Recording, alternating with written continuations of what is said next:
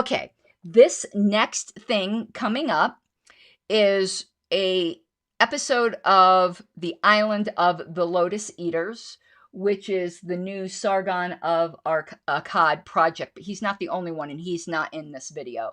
This is some other host. It's a whole group of people, but it's kind of like his company, from what I understand. And some people will immediately hate it just because of, and that reminds me, there's a Blair White thing I want to discuss. Another person that I guess we're all supposed to hate. I don't like everything she does, and I like some things she does. And to be honest, I'm a jealous bitch because she is more beautiful than I am. But anyway, I got distracted. So it's a long form, more, I guess it's intended to be more intellectual. The reference of the Island of the Lotus Eaters comes from a piece of classical fiction, one I'm not familiar with. They explained it before and I forgot. I don't like the name. I think it's kind of pretentious, but it is what it is. So this is two gentlemen where they have, I think it's called Reflections, where it's just these two guys rapping back and forth. And what they're talking about this time is alternative voting systems, or I think actually the title was something to the extent of, does the voting system kind of determine the outcome? And I thought that was fascinating. So I watched it and took out some clips, but these guys are like so mellow the way they talk. Drink some caffeine or sniff some Coke or something, because just with how mellow they are, they will put you to sleep. But let's take a listen. And this first part is just the intro. I'm sorry I have to start and stop so much, but otherwise YouTube will get me for copyright. Oh, go back. Hello, welcome to Contemplations, where we talk about something that isn't necessarily current news, and we go into it in depth, and quite often it is something that we believe is of interest and of value. Okay, yeah, that was just the introduction, but you can see his very mellow voice. It is almost like, you know, I don't know. I can't even describe it. It's like, hello, come on in, drink some tea. You know, it's just so mellow. But anyway, let's continue. Now you know what this is. I suppose I may as well explain myself. So over the past 10 years or so, this is probably my most solidly held belief that the first past the post electoral system is terrible. And this is the system which, sorry if I'm stealing some of your notes here, I haven't actually had a look at what Hugo's got to say, but it's the system that's used in the UK, I think Canada uses it, the US and India are the main countries that use this system, but there are a series of flaws in it that I feel are inexcusable, and there are much better alternatives to it. And although there are plenty of defences of this system, I find that it doesn't really justify its use. Yeah, I mean, you mentioned some of the countries that use it, and actually there's a lot of countries that use it. There are a lot of them in Africa, and if you look at the world map, most of them are from the former British colonies. That's what I was going to say. I didn't want to kind of go through a tedious list of every single one, but it's isn't that's the common denominator. Yeah, it's kind of Southeast Africa, that kind of band. Okay. I thought that was really interesting, and Elastic Giraffe had it exactly right. It's political ASMR. I once did that once. I was like, taxation is theft. I might do a Libertarian ASMR. What do you think?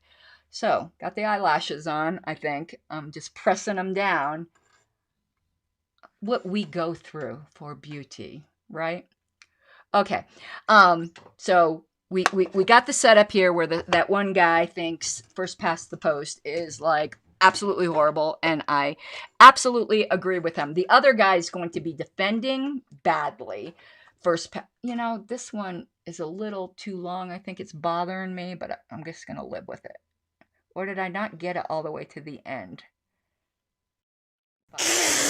No, I can't. I'm going to have to cut a little bit more off. I'm sorry. It was just really bothering me, but I'll continue to talk. What do I do with my scissors? What do I do with my scissors? Where are you, scissors? Oh, here they are. Sorry. Premature panic. Yeah, so I thought it was interesting that he brought up that first past the post is predominant in countries that used to be British colonies. I did not know that. I learned something. So, for those of you, most of you I'm sure know this, but I know some people watch my channel who don't. First past the post is what we have here. And what that is in an election, the person who gets the most votes, even if it's not the majority, though some areas do require a majority, like Denver has this thing where they require a majority, and then we have all kinds of runoffs. But in general, a majority is not required. It's plurality. And the one who gets the most wins, even if the most is 33% of the vote. So it's uniquely a terrible system in my view, and we're going to get into a lot of reasons why here, and I will reveal my hand right from the beginning. I'm a big fan of ranked choice. For example, Australia and New Zealand use more proportional voting systems, and they are obviously former Commonwealth countries that have abandoned first past the post for good reason, I feel. And so I feel like often there is this kind of discussion in the US in particular, talking about that there's this two-party system and it's kind of locked in and there's nothing anyone can do about it. And I think maybe there's just my misconception, but the way I feel that this discussion often goes is something like, we have the Democrats, we have the Republicans, and we don't have a third party because no one is trying hard enough with a third party to actually be successful, right? And so the discussion goes something like, these two parties are so entrenched and so kind of locked in just because of that, because no one's actually seriously tried, or no one's put enough effort into a third party, and so all the third party attempts have not been kind of serious enough, right? Yeah, and although that's not true, right? And so actually, to be devil's advocate here, if you compare the UK and the US, there are a lot more third parties in the UK than there are in the US, despite using first past the post. Yeah. And I think there is something to the fact that the main two parties are the focus of attention. And although that I believe that first past the post does promote the major two parties at the expense of the minor parties, so it does enforce this kind of partisan electoral system. That's not the right way of putting it, but you know what I'm trying to say. Yeah, of course. It does entrench that. I think that there is sufficient evidence from the UK to suggest that third parties can establish themselves even in first past the post, but it very much penalises them in terms of their representation. And I don't want to skip too far ahead, so please carry on. For example, Australia and New Zealand use more proportional voting systems, what happened? and they are obviously former Commonwealth countries. Yep, something happened there. Okay. I am going to take great issue with them and suggest that they sucked at the research at this point, where he suggested that, well, one of them said, oh, no, that's not true. And then the other one goes, oh, there's actually evidence to that. They actually had the nerve to suggest that the reason third parties aren't successful in the United States because we don't try hard enough. Did you do any research whatsoever, my dudes? And pointed to England as an example that third parties could be successful? Excuse me. Do you know the difference between the ballot access laws in Great Britain and the United States? Night and day. I wish if we had the same ballot access laws here that they have there, you would have just as much third-party involvement here. Obviously, first past the post keeps necessarily from having great success in necessarily electing a great many people, but to claim that there's just not as much third-party involvement in the US than in the UK because we're just not trying hard enough. That's all I have to say to that, man. That just really pisses me off, because if you're going to have this British, intellectual discussion here, for God's sakes, do your research. Richard Winger told me, let me see if I have his email, what ballot access, what you need for ballot access in Great Britain. Let me see if I can find that email. But it was like ridiculously easy. And if I looked that up, he could have looked that up. I should have had the email, though, pulled up. Here we go. Ballot access in Great Britain. I actually did my research. To run for the House of Commons, a candidate needs 10 signatures and a fee of £500. If he or she gets 5% of the vote or more, the filing fee is returned. Oh my God, 10 signatures. How many of you libertarians think that sounds kind of wonderful? So you're saying we're just lazy. That's it.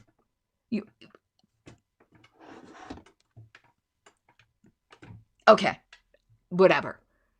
Continue.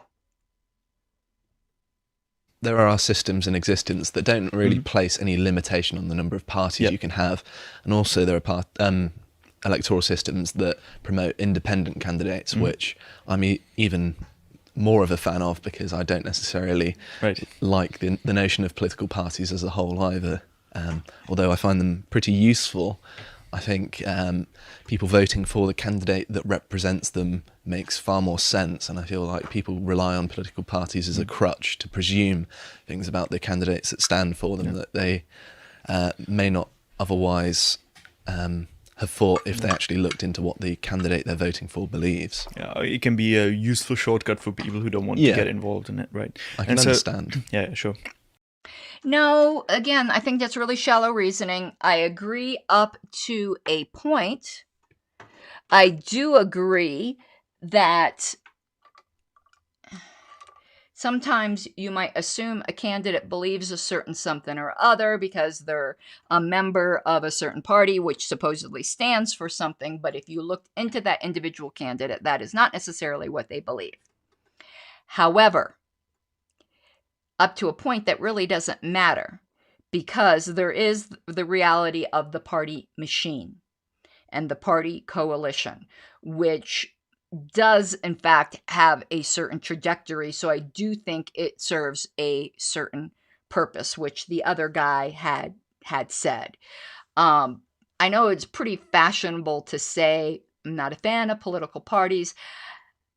I think it's extraordinarily useful. Almost like if you want to make kind of a weird analogy, that on some professions where unionizing is something that's very beneficial. You know, there is strength in numbers and there's the economy of scale. So I disagree there.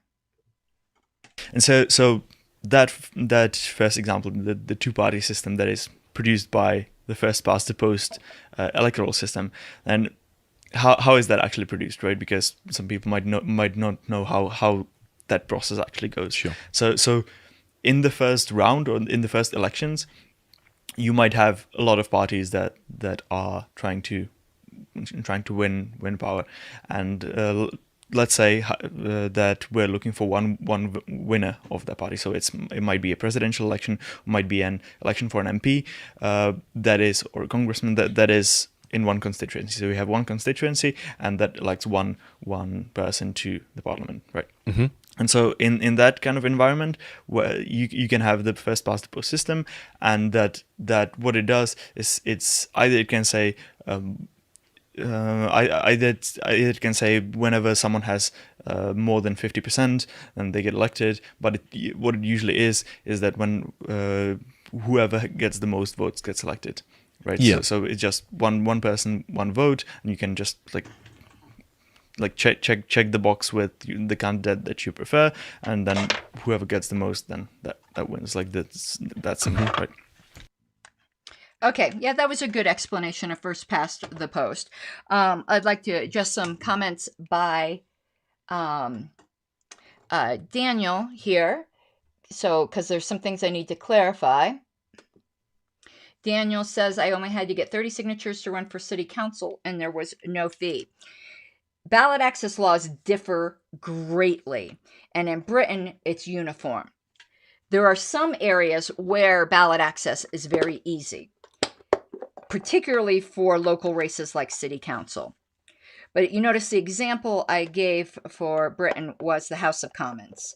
So I would be interested in your area what the equivalent would be for either state legislature or federal. I would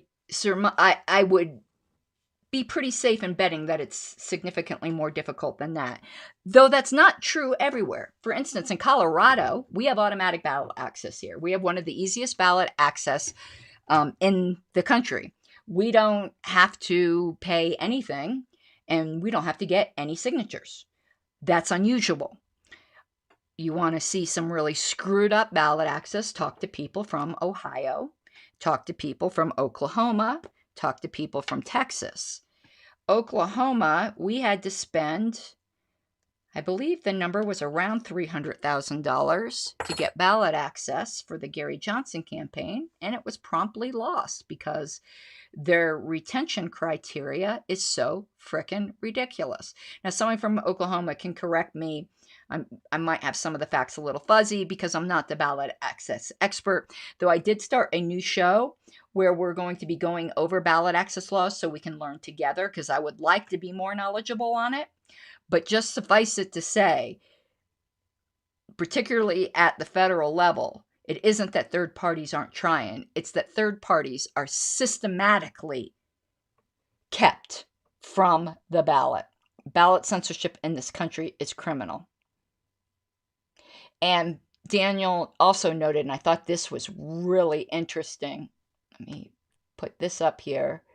He said, but I would have had to pay $1,200 for a voter guide 500-word description. Now, that is really ridiculous, isn't it?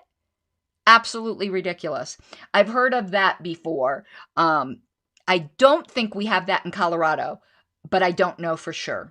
So I really couldn't speak to that. But yeah, that's pretty ridiculous.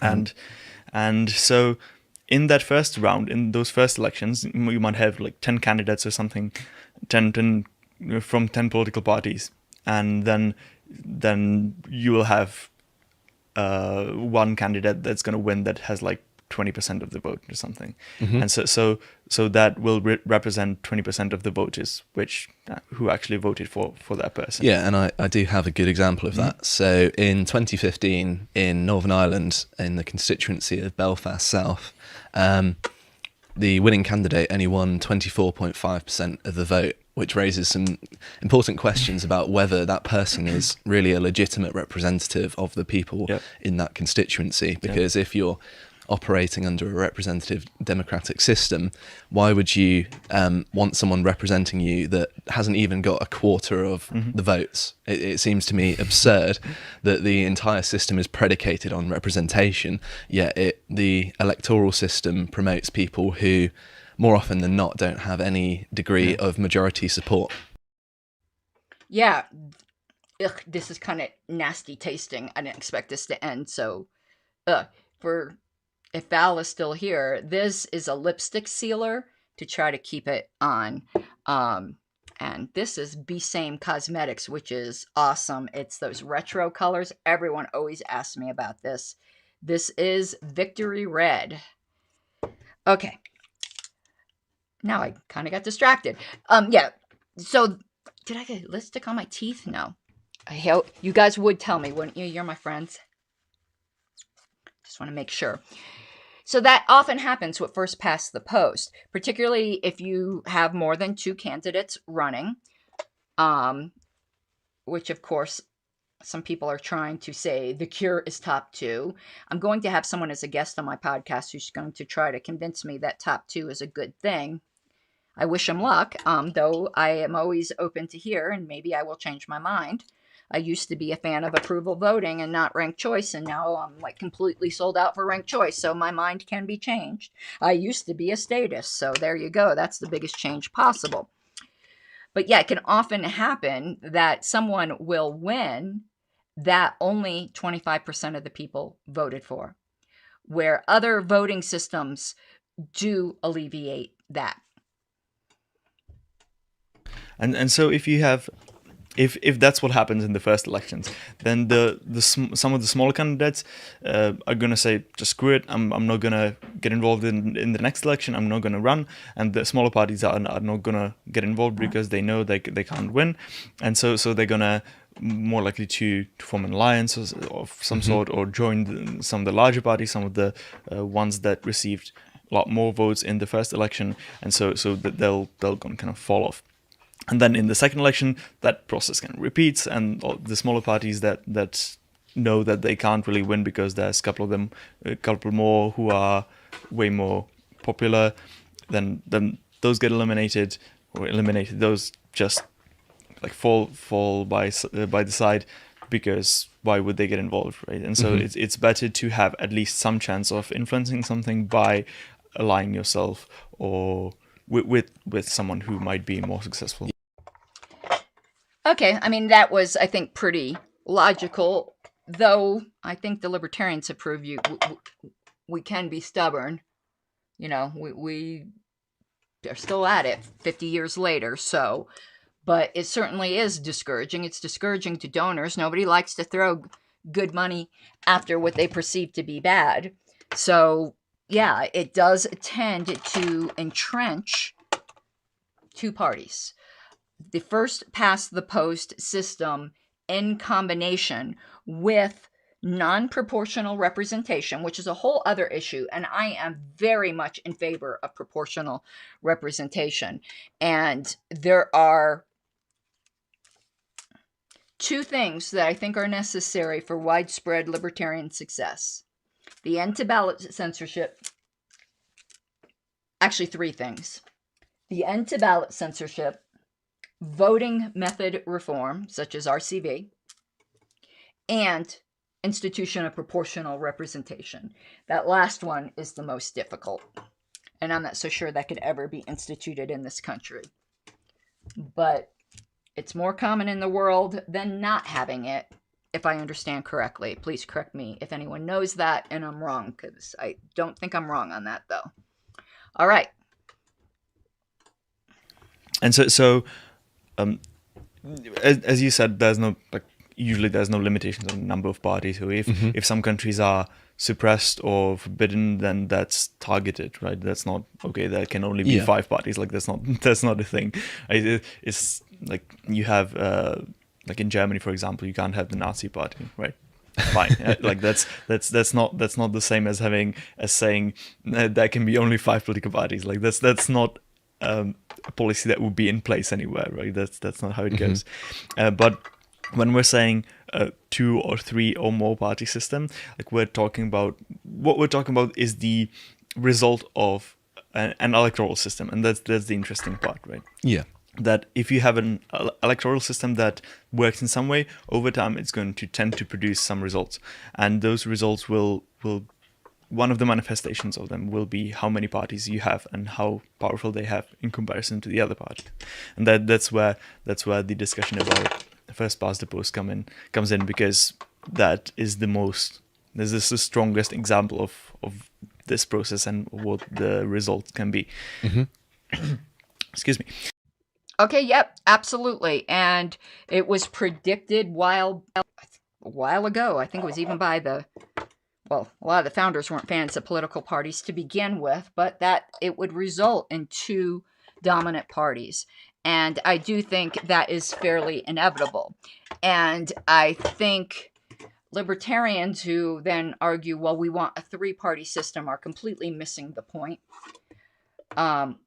Again, I'm saying this as somebody who's just accepting the reality that right now, this is what we have. I'm an anarchist. I don't want any of this crap. However, I do think just within, taking those presuppositions for granted, that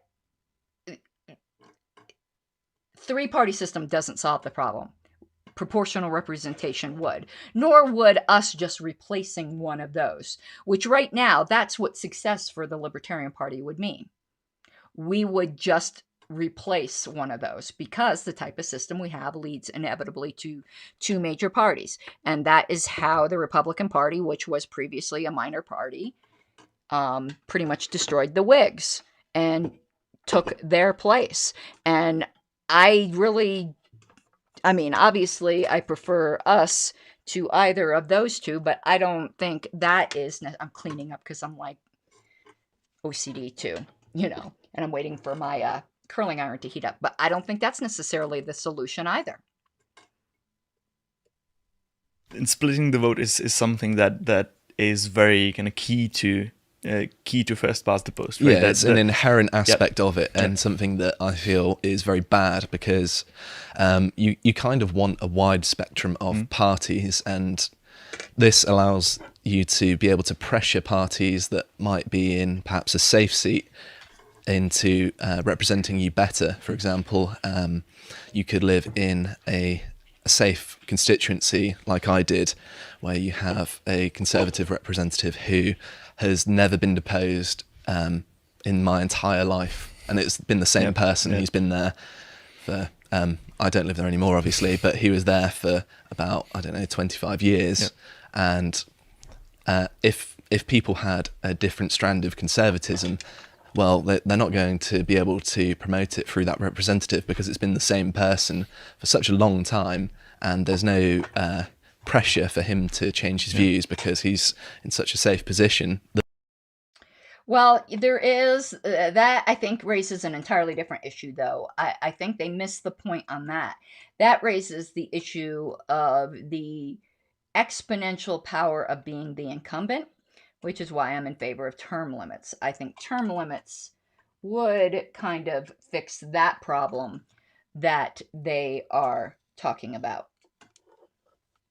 Now, I am curling my hair, obviously.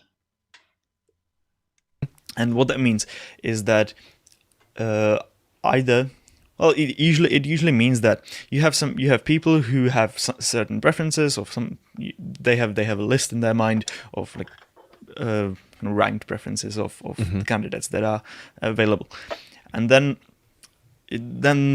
if that's how they feel, then honest voting means that they're going to vote accordingly, right? So if they have a choice out of the two, well, the one that is ranked higher in their heads, well, that's going to get the vote. But then if they start being strategic, they start thinking about how other people are going to vote. And so if the electoral system is set up in some way, well, that can mean that if a group of people does something, it might be better for you to do something or something else rather than what you would do otherwise in a situation where you would be just thinking about, well, what's my preference? What's my honest preference? People tend to vote for the candidate that they think is most likely to win and is relatively closely aligned to what they believe. So they might not necessarily vote in the first part. That's right. First past the post system. Sorry, but the strategic voting that applies to any voting system, and in each different voting system, it produces different pressures and different things that people do strategically, right? And so this is the particular application of it that is produced in the first past the post system. So that's kind of interesting that this is how it works here, and it works actually very strongly. So it works very strongly in this way against these third party candidates, because those are being seen as having the potential to steal the vote. So the pressure on you is to vote for one of the two party candidates, because that's the safe choice. Because if you vote third party, you might cause both of the ones that are broadly aligned with you to lose. There's a kind of phrase that's associated with this strategic voting, that if you vote for third party, you're basically voting for your opponent. And it's seen in first past the post systems as a very stupid strategy to vote for perhaps a fringe candidate who has no chance of winning, and this also suppresses independence, and it entrenches political parties that have the resources to field candidates and pay for large campaigns. So it also helps in winning over people who might be undecided by just throwing more money at the election, which is not a very democratic thing at all. Okay, so, God, they're just so mellow, like, it's making me want to go to sleep. they were discussing the differences between ranked choice and first past the post. And I would love to answer any questions that people have regarding ranked choice. But ranked choice certainly does ameliorate the idea of the wasted vote. Though it's funny, first past the post has a ton of wasted vote as well that I've gotten into plenty of times before, but I'll just say it briefly here. And that is, any vote cast above the minimum needed to win is a wasted vote that could have went to a candidate that you've liked better without jeopardizing, without it having the perception of voting for the opponent rather than voting for the person you actually voted for. And then also another quick tip I'm going to give you, because I just learned this and I'm like, why doesn't people explain this? People get confused. I hear people go, when you say ranked choice, what do you mean? There are different kinds of ranked choice, which is true. But then they go on to say there's instant runoff voting, there's single transferable vote. And then I'm like, I realize that they don't understand what ranked choice voting is. So let me break it down for you. Ranked choice voting is an umbrella term. Instant runoff voting, IRV, all that is ranked choice voting in a single winner race. That's all that is. It's not a different method. It is just the term used to describe a single winner race. Single transferable vote is RCV, but applied in a multi-winner race. It's the difference in those terms has to do with whether it's single winner or multi-winner, and that's it. Now, there are some different forms of RCV. And they all have to do with, maybe it has to do with how ties are broken and things like that. But I'm not going to get into that in depth here. But I just thought those two hints would help. Also, in the software I use, Ecamm, my counter tends to get broken. And it's been stuck on the same number, which I find highly doubtful. So if you are here and listening, I would appreciate you throwing a comment into the comment box, and that will help me out here. Often in multi-party systems, you have some big parties that are a bit more long-lasting or that have been there for longer, and then you have some parties that are smaller or that just came in last election and then probably going to be gone by like 2 elections from now and things like that, right? And so you have a different process through which these ideological differences get organized under that system. So it's not like you wouldn't have any input of different ideologies and different points of view in that system, in the first past the post system. You do, but it happens in a different way than in the multi-party systems. It just happens on a kind of hidden level, like it's a bit further away from the actual voter, but it happens nonetheless, right? And okay, let me just spray my hair so I'm not distracting you from the sound of the video. I didn't realize this was so loud. I think this is the first time in a Get Ready With Me I've actually done the whole look and not run out of material. And there is a comment. Thank you. It says, what do you think about Libertarians running in Republican primaries to take over the GOP? Wouldn't that be easier than ballot access as a third party? No, I do not believe so. Because for one thing, there's more. I explained this on Tom Wood's show, and I'm trying to compress it down to shorter. There is no taking over the GOP. Many have tried and failed. They are diametrically opposed to us in too many ways. That almost would be like, why don't we just take over all of the third parties and consolidate? Why don't we run as Greens? Why don't we run as socialists?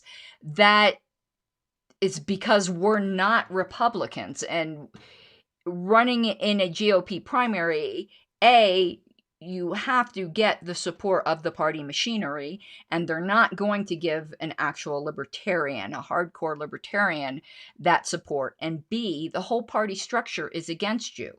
Ron Paul tried to take over the GOP. We should have learned the lesson then. And I find it always funny that when this example is brought forward, it's always the GOP, as if there's some kind of assumption that they are more friendlier to us than the Democrats. They are not. They are not. They have screwed us even further in things like ballot access. So, no, I believe that we need to exist as an independent political party, not as a satellite of any others. In fact, our bylaws say that, but you weren't really, you weren't asking about our rules, more about my philosophical opinion. But no, if there's going to be change, you stop thinking that you can reform a rotten house from within. And the fact is, the Republicans did not do that to the Whigs. It is not a winning strategy. And in fact, the progressives, or the extreme progressives, like the actual real leftists, are starting the People's Party now because they realize they've had more success with left-defying the Democrats, and they still realize they're not going to take over the Democrats. It's just, it's too entrenched. And the basic principles of both of them are diametrically opposed to us. It's just not libertarian. Now, with that being said, I don't judge people who think differently and do differently. I just don't think it's particularly productive. And Daniel says, and I'll have to look these up because I'm never scared to say where I'm ignorant. All voting systems ultimately suffer from Arrow's impossibility theorem and the Byzantine general problem. I don't know what those are, so I will look those terms up. There is an interesting discussion that I hope I clipped out in this discussion that explains the Condorcet winner, because I don't think a lot of people understand that concept, where the idea is that the best electoral system, at least one of the prongs would be that it would produce a Condorcet winner. So let's see. Yeah, I don't remember if I clipped that out. If I didn't, I'll try to explain it. Just to bring it back to what we were talking about before, in two-party systems, you can also have new parties being created all the time, and that's a question of culture, right? Of like whether people are really into it and entrepreneurial and really are enthusiastic about creating new parties. It's about the political environment, isn't it? Yeah. And so you still, even in a two-party, even in the first past the post system, you can have new parties being created all the time. That no one said that can't happen. And yeah, I don't know why you brought that up, because obviously that's true. That's not the point. The point is whether they have any kind of chance, or if the system is rigged against them, because when you have a monopoly or a duopoly, it is in their interest to protect their turf. I imagine that the Libertarians are quite often finding themselves voting Republican, and they may not actually be comfortable with that because, especially under George Bush, where he was starting foreign expeditions, shall we say, I imagine that was diametrically opposed to many of the Libertarians' beliefs. Again, there's the misunderstanding. We haven't had a very recent study on this, but I'm trying to think of what election it was where we had some statistics. The fact is, if there isn't a Libertarian candidate, the majority of Libertarians simply will not vote. Of the ones that do vote, it skews slightly, well, moderately, let's say moderately to Republican, not majorly, not overwhelmingly. I believe the last time I had looked, it was 60-40. So no, we would not automatically, this kind of perception needs to stop. We are not Republicans that smoke pot. We are not kissing cousins of Republicans. We are not more closely aligned to Republicans. It is simply not the case. If they still believed in what they claim of fiscal conservatism, which they don't, perhaps we would be more closely aligned. And if the Democrats, got away from this progressivism, if Democrats just stuck to actual liberalism, we would be much closer to the Democrats than we would be to the Republicans. Such a long time. But in the case of the Democrats, it seems to me that in many ways that it's a coalition of people that otherwise would not be working together if it wasn't for the political system. Like Yeah, you've got exactly. the progressives and the kind of neoliberal types, and they're just as much at their own each other's throats even, and than they are perhaps Republicans, because they're so ideologically separated in the kind of corporate Dems and the kind of progressives that there's not really much they can agree upon a lot of the time. He's absolutely correct there. That was a very good observation, and that's why there's the fracturing. There's a whole lot more, at least in the US, left-wing third parties than there are anything that could even be remotely right-wing, even if you consider the Libertarian Party, which I do not, to be part of the right wing. We fall completely outside that spectrum, but there are a ton of left third parties.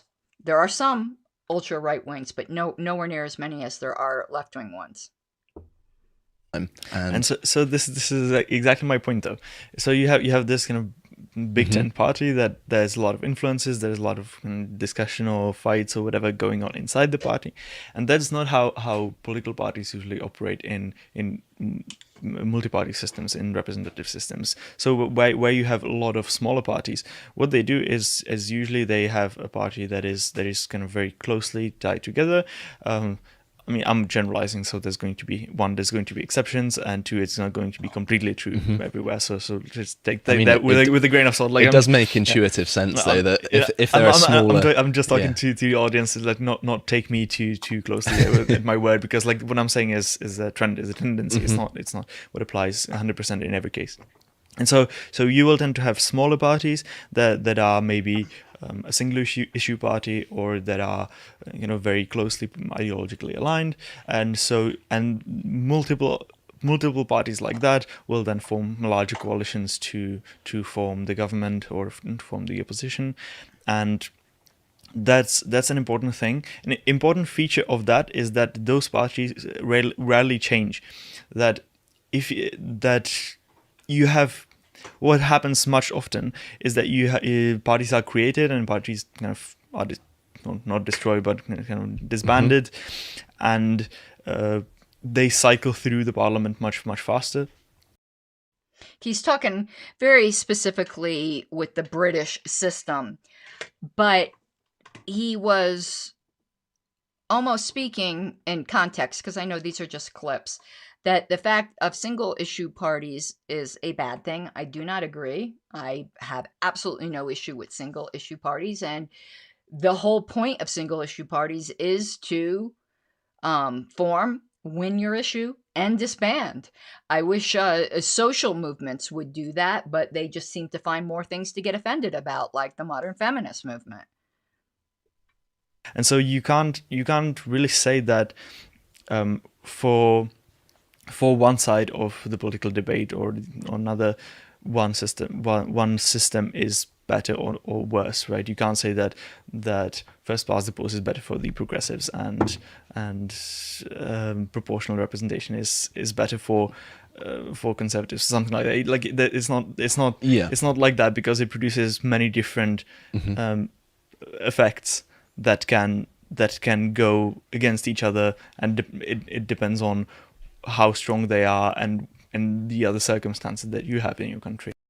Well, he's confusing two issues here. He's confusing the election method, first past the post, with proportional is in a multi-winner. First past the post is, I mean, it can be used in a multi-winner, but it generally is talking about a single winner. So he just completely had the concepts mixed together. And I don't understand how that could be, since they do have the proportional representation there. And I really, really wish we did have that here, because people seem to think you need to be in the majority to make a difference. No, you don't. You just need to be the swing vote, and you can make a lot of difference. In the case of the US presidential election in 1992, a good kind of case study for people would be the candidate of Ross Perot splitting the Republicans' vote, even though between the Republican and Ross Perot, who was an independent, they would have won if there was a preferential voting system.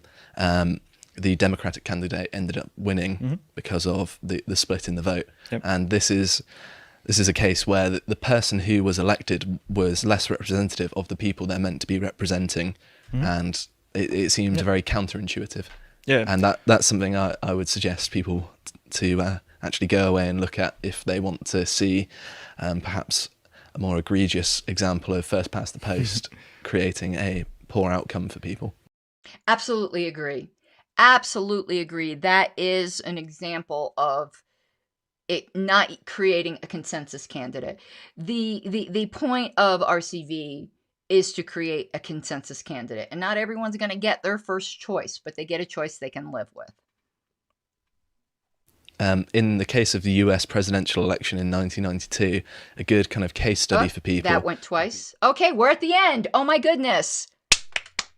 And a lot of you guys stuck with me. You are champs. You are Pink Flame of Liberty champs. All right, and you got to see my whole look this time.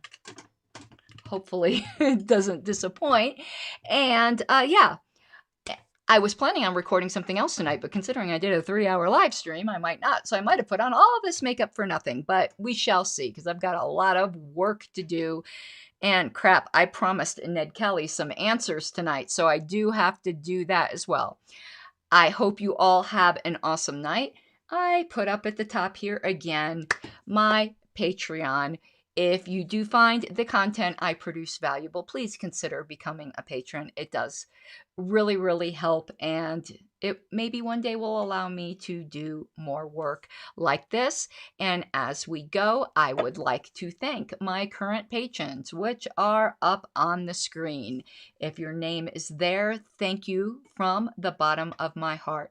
Not everyone who's a patron necessarily agrees with me, but they enjoy the discussion, and I hope agree that I approach it in good faith even when we do not agree necessarily. And patron-only content that is on Patreon, we are going through Fear and Loathing on the Campaign Trail, and I am having a great time with this book, so if you'd like to join us in that discussion, that is bonus for my patrons. All right, have a good night. Mi guapas de libertad. You gotta take what you're given, that's how we live it. Don't be mad at the system, it's simply how we've existed. I hear a lot of people talking like they politicians, or choose to be an accountant because it's safe in the business.